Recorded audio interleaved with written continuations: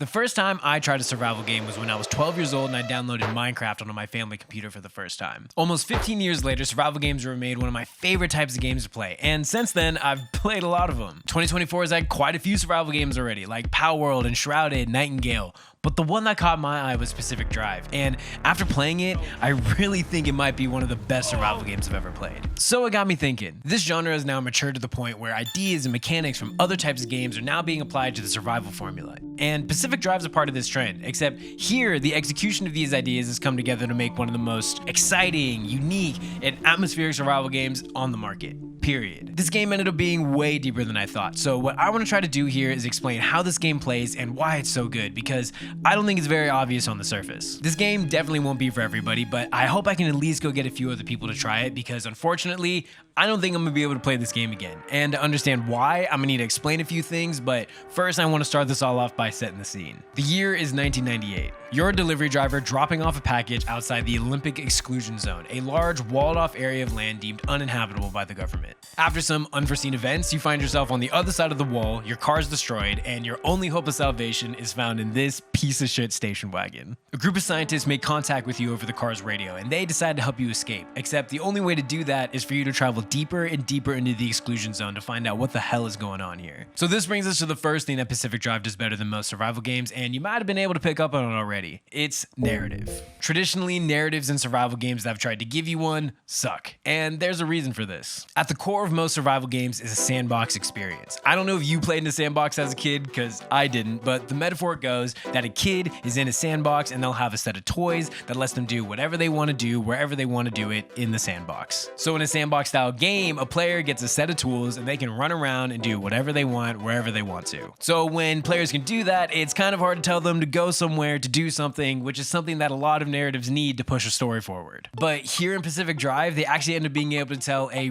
really solid story. Most of the game's story ends up being told over the car's radio. And on paper, I don't think that sounds very exciting, except here it works because the voice acting is really good. You've got 5 seconds to get the hell out before Ow, my head. Outside of just trying to escape, this story is about a group of scientists dealing with grief and loss, and they're trying to figure out what's going on in this zone for the sake of science. You end up feeling like a scientist trying to figure everything out, and I'll get into more of that later, but you end up finding audio logs out in the field that give you backstory on what's been going on in the zone. You find set pieces throughout the story, and it's really good, man. I was able to get into it, and I think there's a good chance you'll probably be able to get into it too. So how does the game play? Well, the gameplay loop boils down to this. Go on a run, loot, extract, repair your car, craft upgrades, plan the next run, do it all again. And it all happens here on this map. This is where your garage is. These are all the different junctions you can go to. Once you go to one of these junctions for the first time, you need to extract back to your garage in order to unlock the adjoining junction that takes you farther into the zone. But since matter in the zone is unstable, once you go back to that first junction, the layout's going to be completely different. So for example, if the story wants to take us here, we first need to go to this junction, extract back to the garage, which unlocks the next junction, but when we return to that first junction we went to, the layout's going to look completely different. Am I making sense here? But you won't be making this journey on foot. As you've been seeing, your steed, your palace, your lifeline is this. But it's great. The word that comes to mind for me when I'm trying to describe the experience of driving this car is tactility.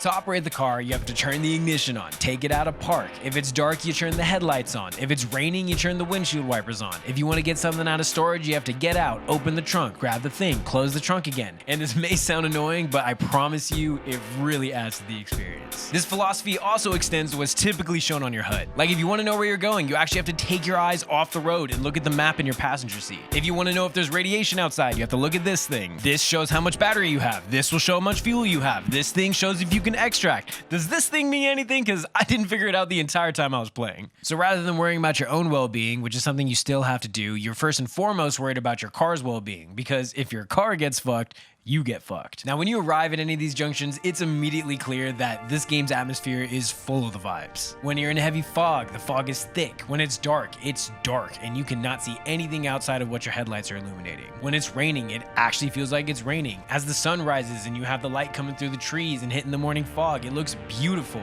This game doesn't have ray trace lighting or super high detailed models, but the game's art direction is so spot on in capturing the Pacific Northwest that it looked incredible. I was constantly breaking my neck looking looking at how pretty this game was, and paired with that tactility stuff I was describing with the car, it really immerses you and you just get absorbed into this space you're in. But that same space can also be super spooky. You hear loud drones echoing through the area, lights in the distance, you'll turn around and all of a sudden one of these fucking things are standing right in front of you. In most survival games, there's enemies that you have to normally fight as a part of the survival process, but in Pacific Drive, the enemy is the environment, and it does not care if you're there. The entire exclusion zone is filled with dozens of different anomalies, and as you encounter each one, it's up to you to figure out what each one does. Some may be a little obvious, but others give you no indication on what they are until you really decide to poke it with a stick, or you run into it with a stick and the stick is your car. You have the ability to scan these anomalies, which we'll talk more about later, but you really won't figure out what any of these things do until you test it out for yourself. Get the fuck off. When I said this game makes you feel like a scientist, this is why. As you begin to test these different anomalies, you'll find that not all of them are an entirely negative thing. Like early on when you see these floating rocks, if you touch one, your car gets a speed boost, which on the surface might seem great, but in other circumstances, you find that these things are placed in a way where it won't be so great. Send it. Oh no, no, no! Even though these anomalies end up being the thing you're running from most of the time, ironically, they also turn into the thing you're kind of the most excited to see. There's this constant feeling of like, what the fuck is that? Throughout the entire game, and it ends up being the driving experience that ends up taking you all the way through. All of these anomalies are going to wreck your car all the time. So inevitably, you're going to need to make some repairs and ideally some upgrades, but in order to do that, you got to find the right parts. And this is where you start to see the survival game come into play. Each junction has buildings scattered throughout it that you can see on the map, and each type of building will have a specific type of loot. But you'll also find several other places to find loot that don't show up on your map. In a lot of survival games, you're kind of at the mercy of RNG to find what you need, which can create a monotonous experience of searching every building or cave or whatever to find what you need. But in Pacific Drive, it's very streamlined. Like if you need chemicals, for example, you can go to these buildings, or if you want cosmetics for your car, you can find these box trucks. It's so streamlined that there's even a button to grab everything in the container you're looting without even having to think about what you're picking up, which is what you'll end up doing most of the time. On one hand, this does remove the excitement and surprise of finding what you need after searching for it, which can be great. But on the other hand, this does remove the frustration of looking for something for hours without being able to find it. The obstacle here isn't really focused around if you can find what you need or not, because you'll always pretty much know where that thing is. The obstacle instead is if you can get your car there in one piece. And this will likely put you in the situation where you may have to get out of your car and run a considerable distance away from it. And let me tell you, it is unsettling. Like, you know the feeling when it's raining outside and you got to get back to your car, so you got to run through the rain and you're getting wet as shit, and you swing open the door and you close it right behind you, and for a moment you sit there and you're like, whew, I'm safe. Like, this game gives you that feeling. Now add on to the fact that you're avoiding sci-fi anomalies, and those same anomalies might be messing up your car while you're away, and all of a sudden this game starts to get pretty intense. But what's even more intense is extracting back to the garage. In order to extract, you need to find the most important piece of loot, which are these stability anchors. You can see them on your map as these yellow circles. The bigger the circle, the more energy you get from the anchor. But collecting the anchors comes with a risk. When you pull the anchor from its base, anomalies will begin spawning all around you, and they'll continue to do so until you can get that anchor back in your passenger seat. Once you've collected enough energy, you can then open a portal across the map that will teleport you back to your garage. But the catch is that as soon as you open the portal, all the matter in the area starts to break down, and you gotta race to that portal before the world kills you. And if you've played a battle royale before, this part might look a little familiar. The matter breaking down is represented by a circle that closes in on your map. The first circle won't kill you outright, but it will start to do damage to you and your car. But the second circle that follows it, that will make it much worse. There were so many times where the storm is on my ass, my car is fucked up, my butt cheeks are clenched, and you're diving into this portal in the last minute, and you get back to your garage, and it never got old the entire time I was playing.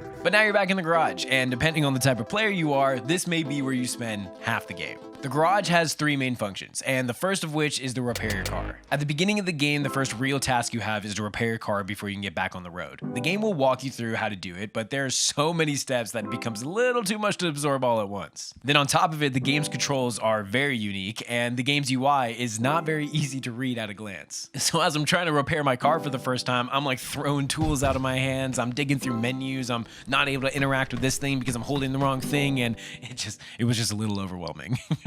But fortunately, it only took a few runs to get everything to click, and once it did, it went from an overwhelming experience to probably one of the most satisfying parts of this game. After a run, I'd pull into the garage and I'd look at the status of my car, and all of a sudden I'd just turn into this one-man pit crew. I start ripping pieces off, throwing them across the garage, crafting new parts, applying some putty, patching tires, fueling the tank, recharging the battery, and it was all very satisfying. Every repair you do has to be done by hand instead of going through like a menu or something, so it gives you that same feeling of tactility I was describing when you were driving the car. And then after you repair the car, you can start to add cosmetics. You'll find all these different decals and paints for the exterior of your car, but they're all consumable, so if you run out, you have to go find more. Then there's all these pieces you can get for the interior, like new parking brakes, things that hang from the mirror, different steering wheels, and a few other different categories. Then after you get everything repaired and customized, I'd remember I'd have a trunk full of loot that I just brought home, and that brings me to the second part of the garage, upgrades. There is a lot to upgrade, and most of it surrounds your car, and I kind of started to think about it in two different categories. There are body pieces like doors, panels, and tires, and then there's accessories like handbrakes, scanners, extended batteries, etc. The body pieces are pretty straightforward, with pieces that give you more health or resistance to certain hazards, but then accessories come in so many different shapes and sizes. You'll have pretty straightforward ones like a bigger battery or a fuel tank, or there's really unique ones like scanners, shields, or even crazy shit like a jump feature.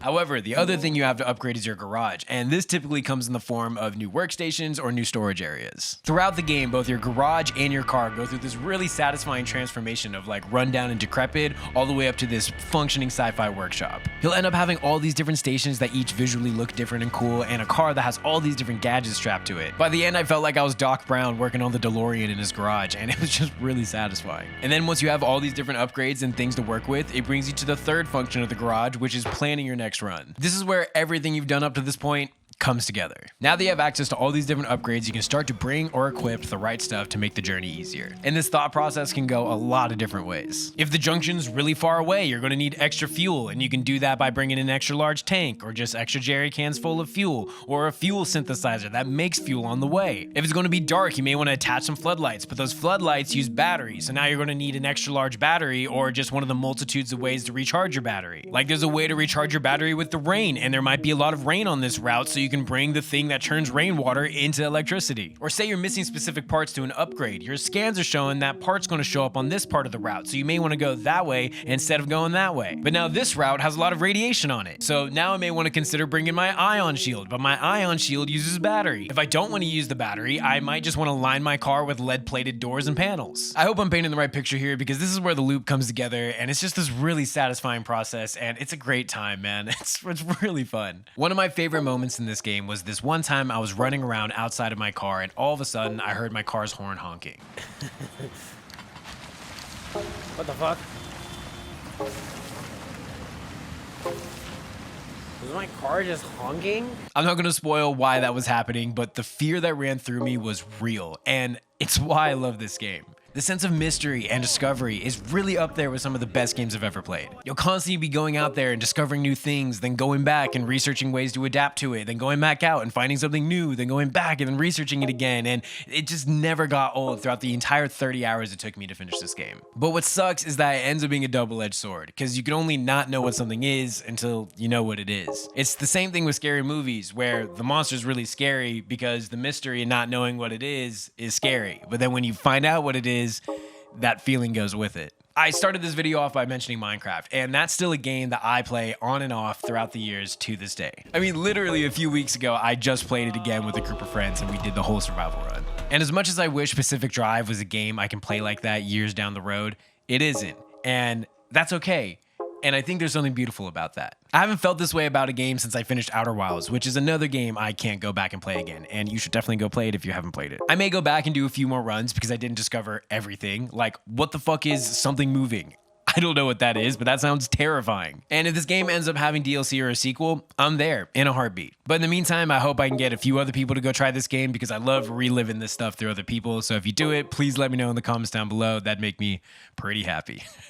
We should all go support games like this, because we need more games like this. This game is art. Art is good. And yeah, that's it. Thank you for watching. Like and subscribe. Really appreciate you. See ya.